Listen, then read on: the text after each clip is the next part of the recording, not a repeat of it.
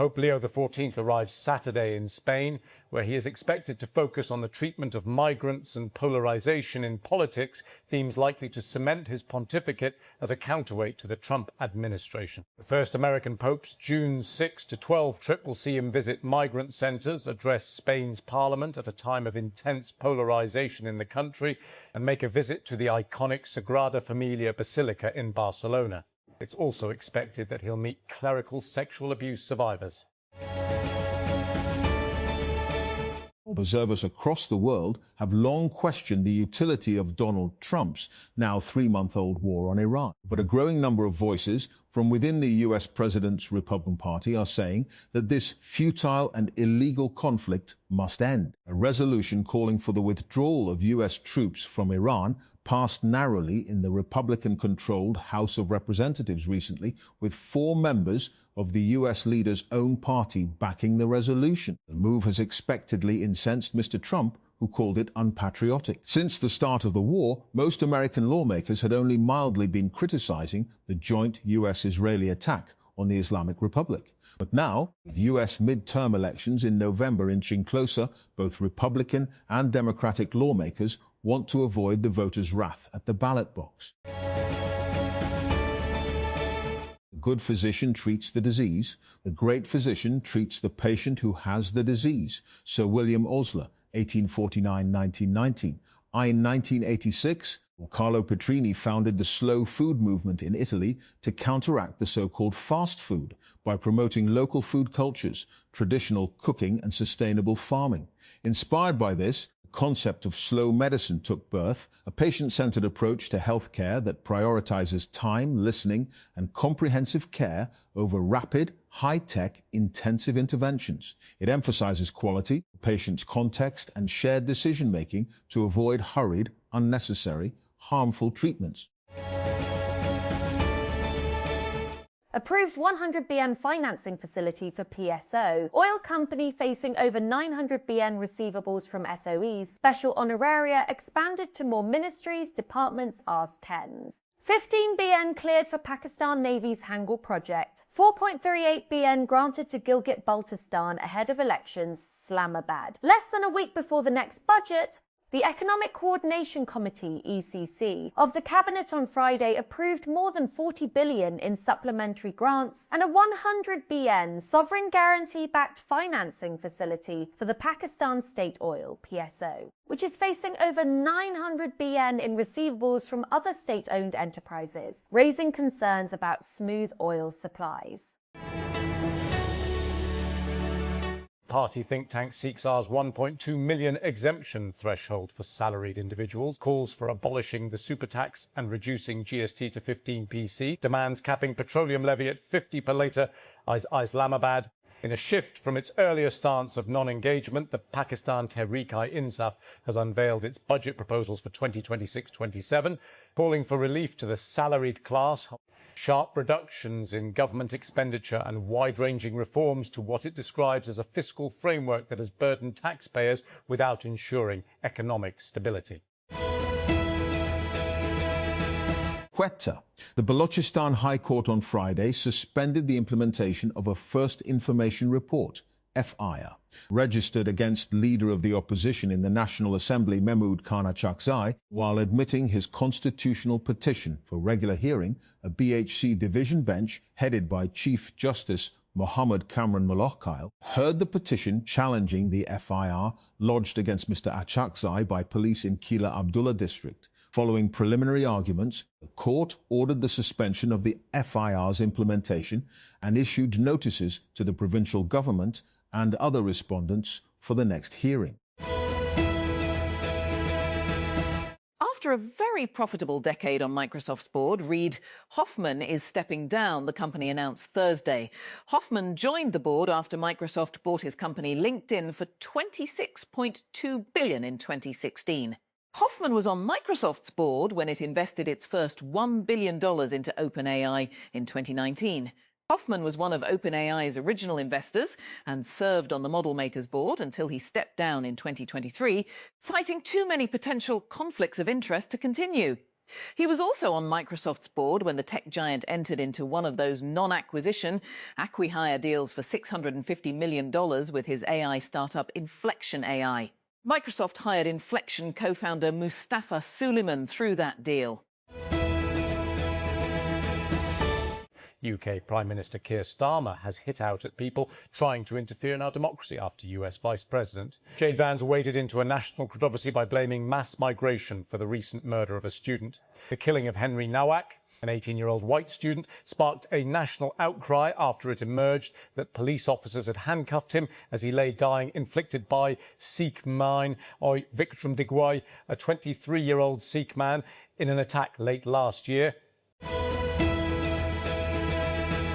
United States President Donald Trump has sought to reassure farmers hard hit by tariffs and the economic fallout of the US-Israeli war with Iran during a visit to Wisconsin. The stop in Chippewa Falls on Friday for a farming roundtable comes months before the midterm elections in November. Trump was seeking to bolster support for Republican US Representative Derek Van Orden, who has been targeted by Democrats hoping to take control of the chamber. South American electoral authorities may want to consider the soccer calendar when setting the date for the next vote. That seemed to be the lesson from Colombia, where the excitement for its first World Cup outing since 2018 spilled into the political arena ahead of a presidential runoff on June 21. Israel's military carried out a spate of attacks in Gaza, continuing its bombardment despite the ceasefire that remains in place on paper, as Palestinian factions prepare to convene in Egypt to discuss the enclave's future. In Friday morning's attack, an Israeli drone killed a young woman and injured at least 15 others in the southern Khan Yunis area, according to the Palestinian Wafa news agency. Italy's Flavio Cobolli said he was sad and happy at the same time after reaching his first Grand Slam final at the French Open on Friday, following the last-minute withdrawal due to illness of his last four opponent and compatriot Matteo Arnaldi. The 24-year-old 10th seed will meet Alexander Zverev in Sunday's final, which will produce a new major champion after the German second seed earlier moved past Jakub Mensik in the other semi-final. Iran's World Cup football players have been granted visas to enter the United States, according to a White House official, just 10 days before their first match in Los Angeles amid a conflict between the two countries. Iran's ambassador to Mexico, Abul Fazl Pasandideh, said late on Thursday the squad had still not received their US visas, but these were granted overnight, the White House official said. A former IBM cybersecurity executive accused the company of getting hacked 3 times in the previous decade by foreign governments and then covering up the breaches in a lawsuit unsealed this week, but filed in 2020. William Barlow, who was IBM's vice president of threat intelligence until August 2019, said IBM concluded Chinese hackers breached its core network between 2013 and 2016, but that the company then covered up the breaches and never disclosed them. Barlow also said at least 2 IBM subsidiaries were also breached and that IBM covered up those breaches as well. WhatsApp is rolling out Meta Business AI Agent, an AI-powered assistant that helps businesses automate customer support and manage conversations with customers. The feature is now available to businesses worldwide, regardless of their size.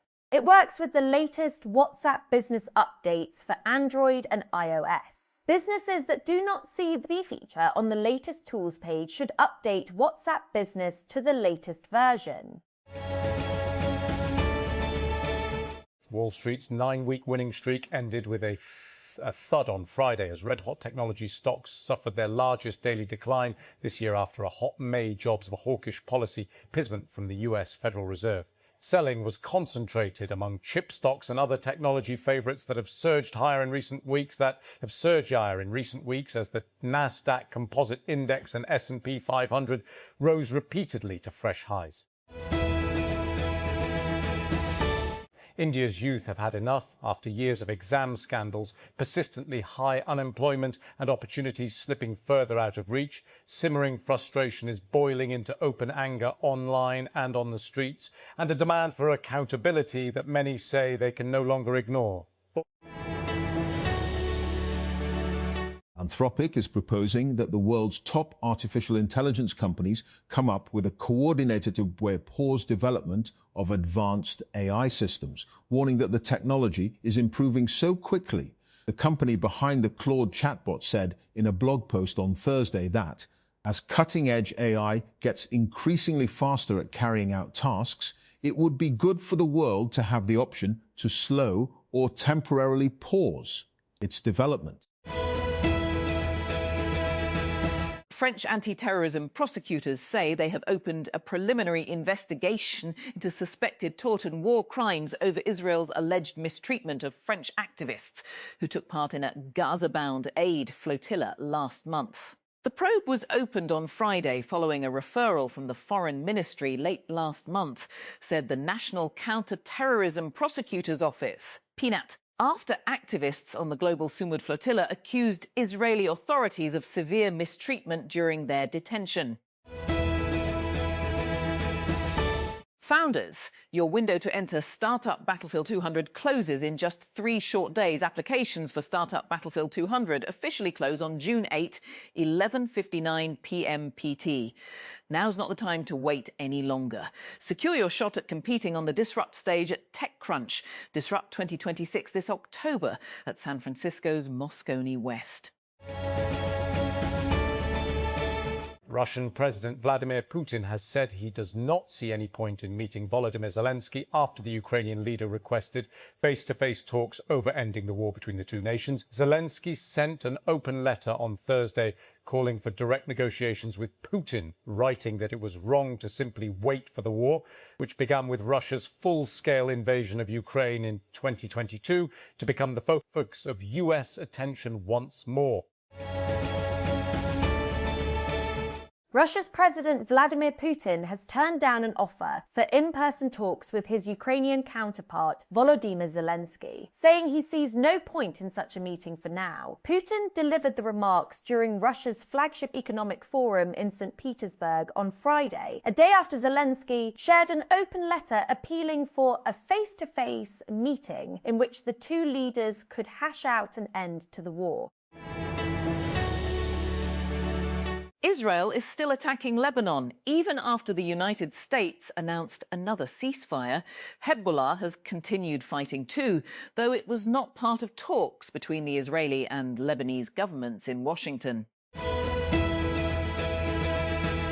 A federal judge has struck sweeping restrictions imposed by the administration of US President Donald Trump on immigration processing for 39 countries. The ruling on Friday by District Judge John McConnell condemned the restrictions imposed in November 2025, following the Washington, D.C. shooting of 2 National Guard members. SpaceX has lined up another compute deal ahead of its historic IPO, this time with Google. The company announced the deal in a regulatory filing on Friday. Under the terms of the deal, Google will pay SpaceX $920 million per month from October 2026 through June 2029 for access to approximately 110,000 NVIDIA GPUs, CPUs, memory, and other related components. As summer begins and mosquitoes return in force, artificial intelligence is now being used in an attempt to fight them. Inventor Stephen Cheng has developed a series of prototypes that use machine learning to identify, track, and kill mosquitoes with lasers. He has been sharing the project on X, where he has posted videos of the mobile mosquito defense system. Shenzhen-based company Star Navi is selling radar-absorbing coatings that could make drones harder to detect and track on modern radar systems. The technology is being marketed through the XRAM C series and is aimed at reducing the radar cross-section of drones, aircraft and naval platforms. The coatings are being offered in standard containers and packages that include spray equipment.